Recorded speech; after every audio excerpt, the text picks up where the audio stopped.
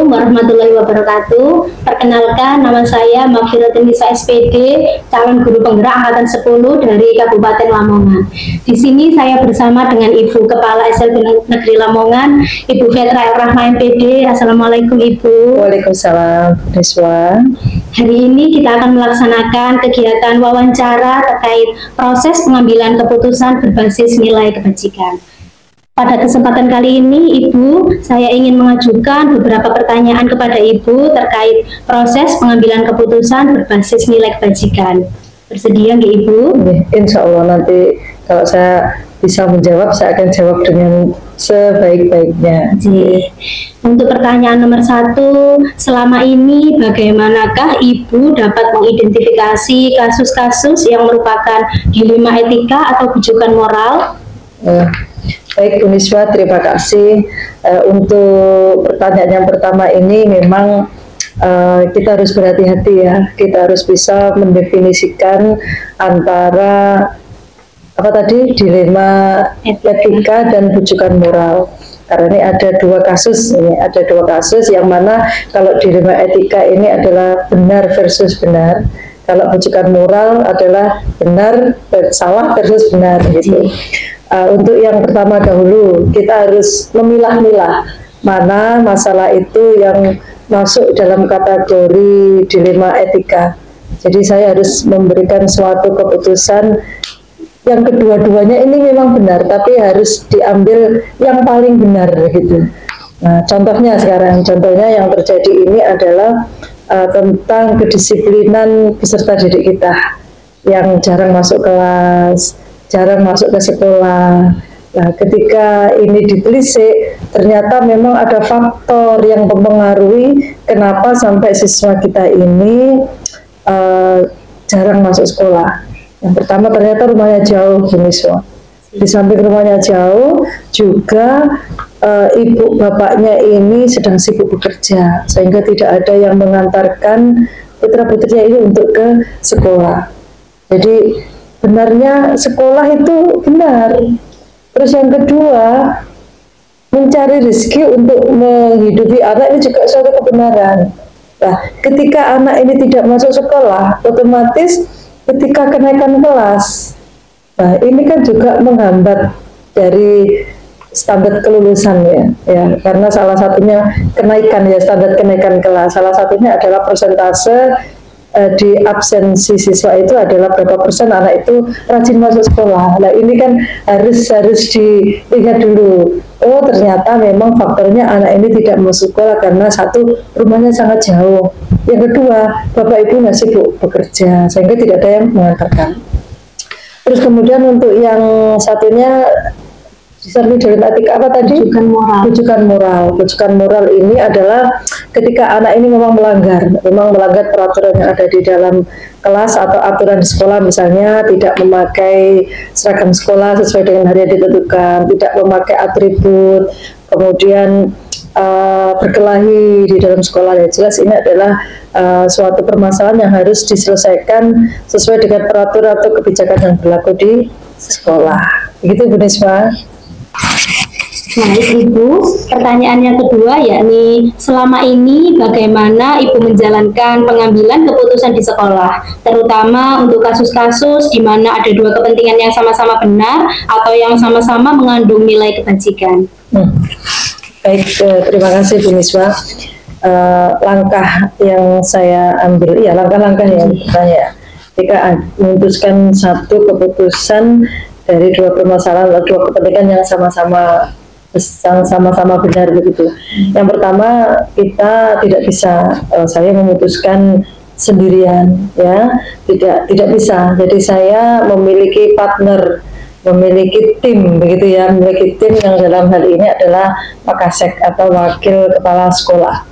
Kemudian kita rapat bersama, kemudian memutuskan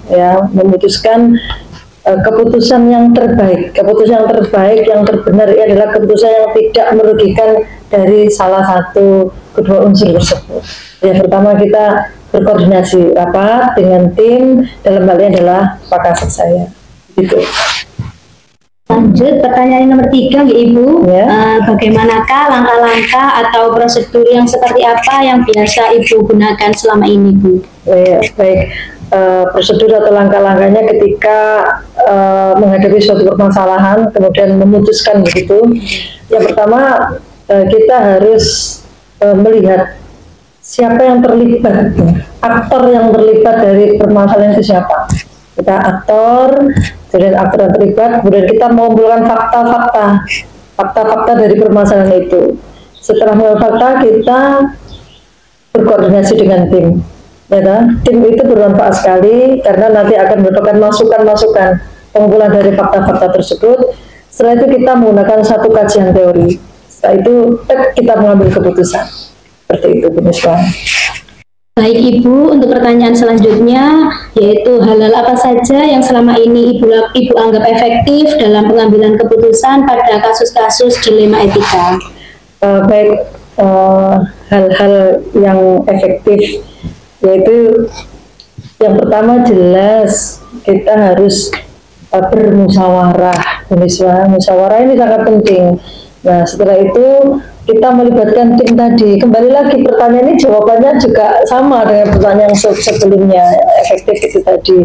Kita tidak bisa saya memutuskan secara sendiri, tidak. Tetap saya melibatkan tim itu untuk mengaji permasalahan tersebut, kemudian menggali informasi, ya, informasi dari kedua belah pihak, bukan informasi yang sepihak. Kedua belah pihak, kita menggali informasi di tempat yang terpisah. Setelah kita di tempat yang terpisah, kemudian dikumpulkan jadi satu. Apakah betul informasi dari masing-masing kedua belah pihak ini ada kebenaran, ada fakta, ataukah informasi itu ada yang dibuat-buat begitu. Nah, setelah itu barulah nanti dari tim itu akan mengkaji, oh permasalahannya seperti ini, kemudian untuk membuat suatu keputusan ya harus seperti itu. Ya. Seperti itu, efektifnya yaitu tadi saling berkoordinasi antara kepala sekolah dengan timnya Wakasek menggali informasi kepada guru atau wali kelas, karena wali kelas ini adalah termasuk wakil orang tua yang ada di sekolah. Jadi nanti saling berkolaborasi, saling ada komunikasi yang interaktif seperti itu. Jadi tidak bisa saya hanya mendengarkan satu informasi dari satu sumber saja, tidak bisa. Saya harus menggali informasi dari masing-masing pihak seperti itu. Terima kasih Ibu. Untuk pertanyaan selanjutnya yaitu hal-hal apa saja yang selama ini merupakan tantangan dalam pengambilan keputusan pada kasus-kasus dilema etika? Baik, Bu Niswa.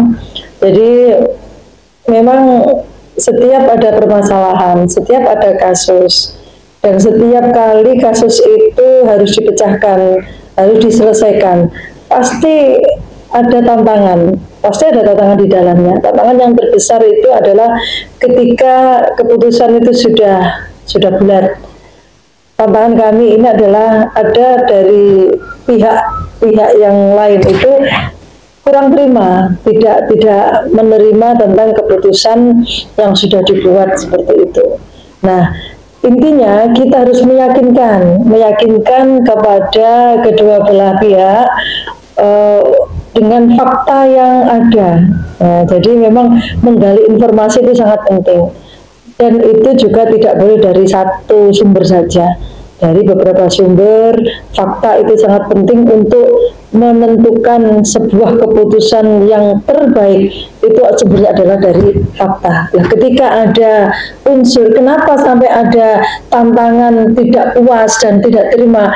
Karena faktanya belum muncul. Nah, ketika fakta itu sudah dihadirkan, nah itu ya sudah, kita tidak bisa berkutik ya orang yang merasa pelakunya yang kena kasus tadi. Seperti itu tantangannya. Baik Ibu, untuk pertanyaan selanjutnya yaitu apakah Ibu memiliki sebuah tata kelola atau jadwal tertentu dalam sebuah penyelesaian kasus dilema etika? Apakah Ibu langsung menyelesaikannya di tempat atau memiliki sebuah jadwal untuk menyelesaikannya? Bentuk atau prosedurnya seperti apa yang biasa Ibu jalankan? Baik, untuk menjalankan prosedurnya itu ya kita harus memiliki strategi. ya. Jadi tidak harus sebuah kasus itu harus diputuskan di tempat itu, tidak ya, karena itu kurang baik dan kebenarannya itu belum bisa teruji. Itu nanti pasti akan merugikan salah satu pihak. Jadi kita buat semacam lini masa gitu ya. Jadi kan ada jadwalnya. Yang pertama kita menggali informasi dulu. Kita ada laporan kasus ya, ada laporan kasus.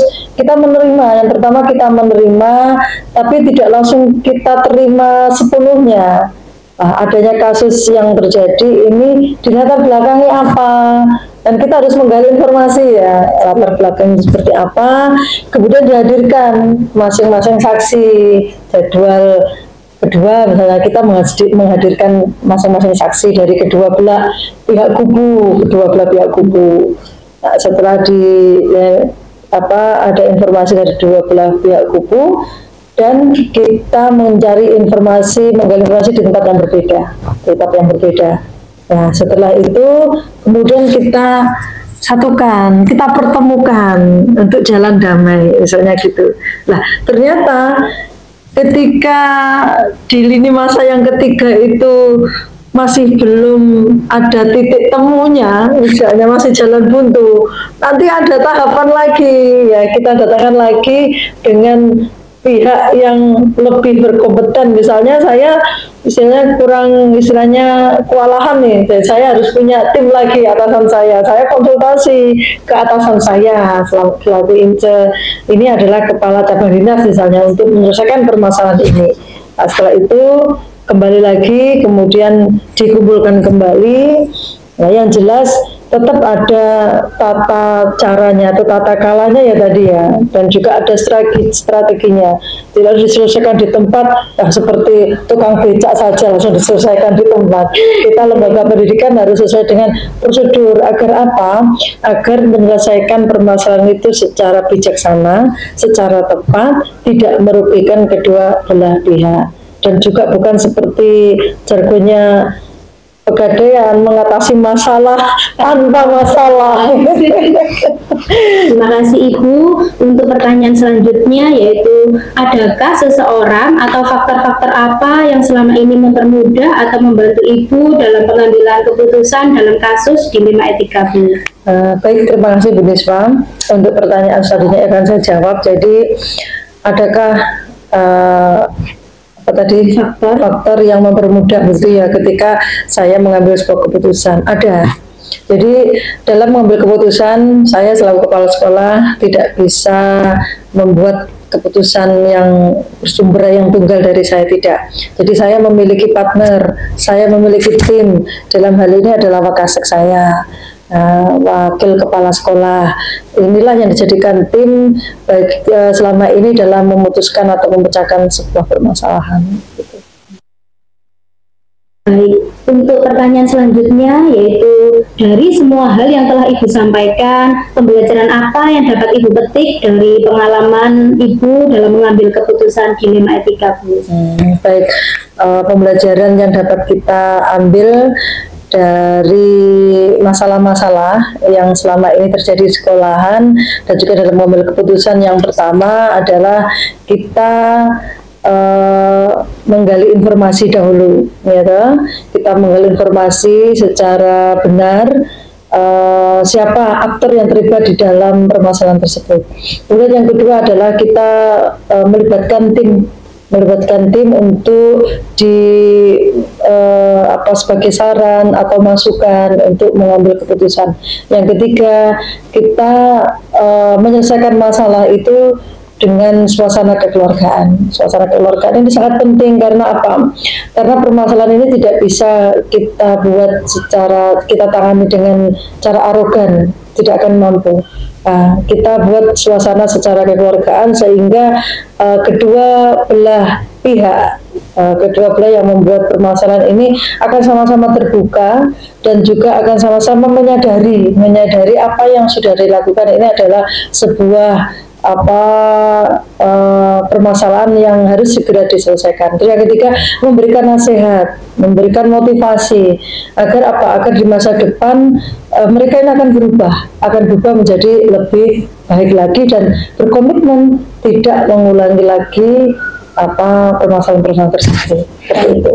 Ya, baik, terima kasih Ibu atas waktunya, atas wawancara kita hari ini. Semoga wawancara kita dapat bermanfaat ke depannya. Sekian dari saya. Wassalamualaikum warahmatullahi wabarakatuh. Waalaikumsalam warahmatullahi wabarakatuh. Terima kasih semua. Assalamualaikum warahmatullahi wabarakatuh. Saya Bu Niswa dari SLB Negeri Lamongan, calon guru penggerak angkatan 10. Di sini saya sudah bersama dengan Bapak Jiron, Bapak Kepala SDN Banjar Mendalan Lamongan. Assalamualaikum Bapak. Waalaikumsalam Ibu. Bagaimana kabarnya hari ini? Alhamdulillah baik sekali. Alhamdulillah.